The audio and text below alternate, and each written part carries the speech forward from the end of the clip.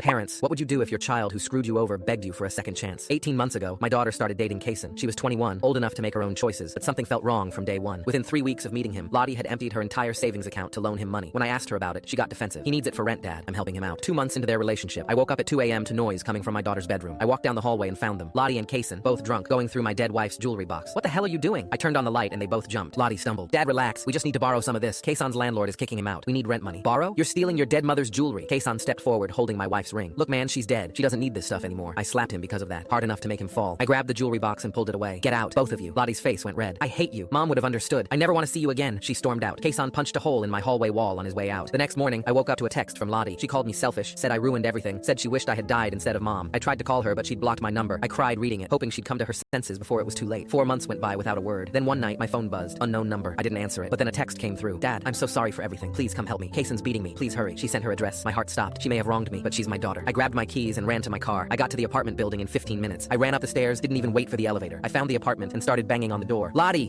open up! The door actually opened. Kaysen stood there looking furious. I pushed past him immediately, ready to grab Lottie and get her out of there. Then I saw her. She was standing in the living room, completely fine. No bruises, no tears, nothing. She looked at me with dead eyes. Before I could say anything, I felt cold metal press against the back of my neck. Kaysen had moved behind me. He had a knife against my skin. Wallet, now. My stomach dropped. I realized what this was. My own daughter had set me up. Lottie, I looked at her, my voice breaking. She didn't say anything, just stared at me with no emotion on her face at all. Kaysen pressed the knife harder, and I felt blood start to trickle down my neck. My hands were shaking as I pulled out my wallet. I gave him everything. All my cash, my credit cards. The whole time I kept looking at Lottie, waiting for her to say she was sorry, to do anything. She just watched. No remorse, nothing. Get out, Kaysen said, shoving me toward the door. I drove home and immediately called the police. Gave them the address, told them everything. By the time cops got there, the apartment was empty. Lottie and Kaysen were gone. The police told me both of them were now on a wanted list, but they weren't actively searching. They had bigger cases. 14 months passed, and then morning, someone knocked on my door. I opened it to see Lottie on my porch, crying, bruised, broken, barefoot in a tank top and pants. She had a black eye and marks on her arms. Please help me, Dad. Kaysen's trying to kill me. I stayed in the doorway. Every instinct told me not to fall for it again. How do I know this isn't another setup? Before she could answer, I saw Kaysen's truck pull up to my curb. He got out and started walking toward my house fast. Lottie panicked. Please, Dad, please let me in. I made the split-second decision to pull her inside and lock the door. She dropped to her knees and started sobbing. I'm so sorry. He's going to kill me. Kaysen started banging on my door. Let her out. You remember what she did last time? You don't want to protect her. I looked into Lottie's eyes. I saw real terror. Still holding her, I walked to my living room and opened my gun safe, took out my pistol, walked back to the door, still holding Lottie with my other arm. I looked at her. I love you, but I don't trust you. So I'm going to open this door and shoot his kneecaps. Then I'll get the truth from both of you. I opened the door. Kaysen charged in with his knife raised. I fired once. The bullet hit his kneecap instantly. Kaysen collapsed on my floor, screaming, clutching his shattered knee. The knife skittered across the room. Lottie stared at me, then at Kaysen bleeding on my entryway. I kept the gun pointed down at him, my other arm still around my daughter. Now, I said, someone's going to tell me the truth. Full story on channel linked below.